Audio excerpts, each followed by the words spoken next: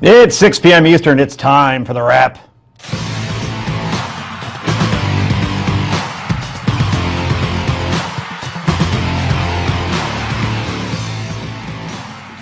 And welcome to the Daily Wrap. I'm your host, Joe Concha, joined tonight by co-host of Steele and Unger on Sirius XM Radio, Rick Unger, Philly powerhouse attorney, Heather Hansen, and finally, president of Scheinkoff Communications, Hank Scheinkoff is here. Welcome all, looking well on this Tuesday night. Let's get right to the Daily Download.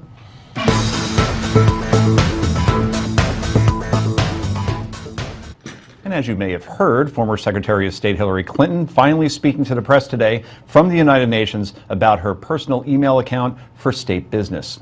When I got to work as Secretary of State, I opted for convenience to use my personal email account, which was allowed by the State Department, because I thought it would be easier to carry just one device for my work and for my personal emails instead of two.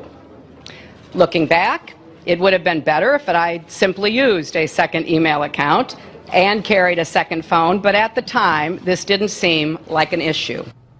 Okay, not sure the former Secretary of State is aware, but she could have had more than one email account on the new cell phone. Anyway, I digress. Okay, enough of the pleasantries. Let's hear from the American media. Madam Secretary, State Department rules at the time you were Secretary were perfectly clear that if a State Department employee was going to be using private email, that employee needed to turn those emails over to the State Department to be preserved on government computers. Why did you not do that? Why did you not go along with State Department rules until nearly 2 years after you left office? Uh-oh, it's on, Madam Secretary. First, the laws and regulations in effect when I was Secretary of State allowed me to use my email for work. That is undisputed. Secondly, under the Federal Records Act, records are defined as recorded information regardless of its form or characteristics. And in meeting the record-keeping obligations, it was my practice to email government officials on their state or other .gov accounts so that the emails were immediately captured and preserved. Okay, how about emailing classified information?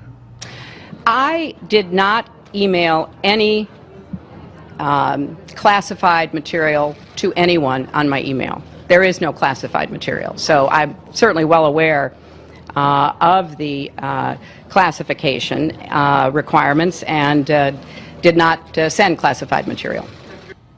Okay, so she turned over 30,000 plus emails that were State Department related, but as you heard, none of those emails were classified. Heather Hansen, I got to hear your thoughts on that.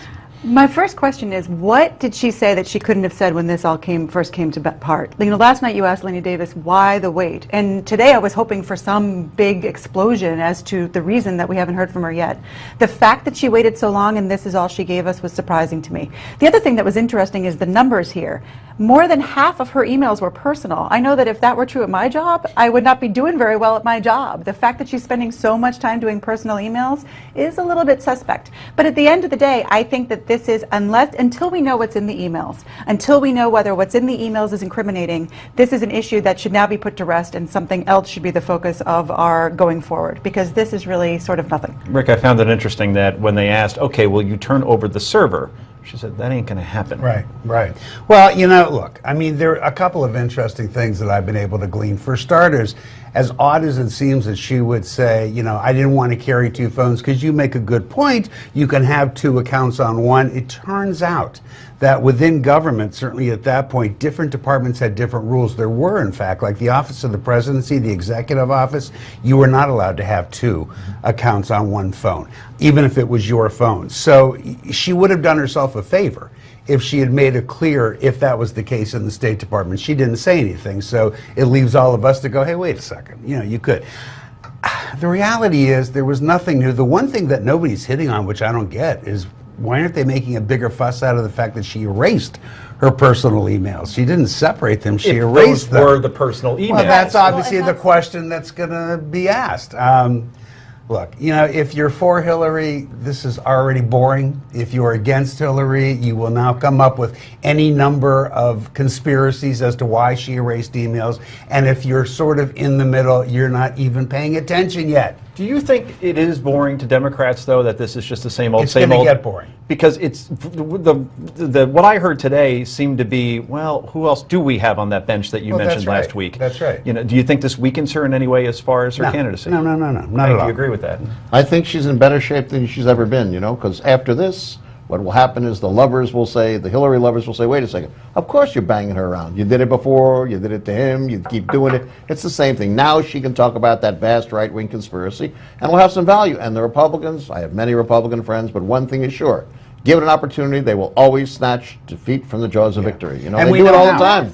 Unless there's something to be had in the deleted emails, because the fact Well, that she that's just kind true. of said in passing, well, these emails I deleted, I don't go around deleting everything the minute that I end a day, you know, so there's got to be some question there. And if the Benghazi investigation gets access to those deleted emails, there may be a smoking gun. But for right now, we don't know that to be But the case. to Hank's point, which I agree with what he was saying, I'm already seeing how the Republicans will snatch defeat from the jaws of victory on this. This is a great issue for them. And yet already today I'm hearing any number of Republicans going, no. Obama knew. Obama knew. He emailed with her. He knew she was using. Who gives a you-know-what? You actually think the president actually takes time to look at email addresses? I don't take time. I can't imagine he does. So already they're trying to go a bridge too far. They're going to ruin a good thing like they always do because they go one step too far and screw it all up. Do you believe that over 30,000 emails, she didn't send one classified document? Yeah, I can actually, that's the easiest thing that she said to believe, Mm-hmm. because I don't think anybody would ever want to send a classified document via an email. So yeah, I think of all the things she said that you might want to be concerned about or not believe, that's the easiest. What do to those believe. emails consist of if you're not shading Communications. classified information? Are your emails classified data?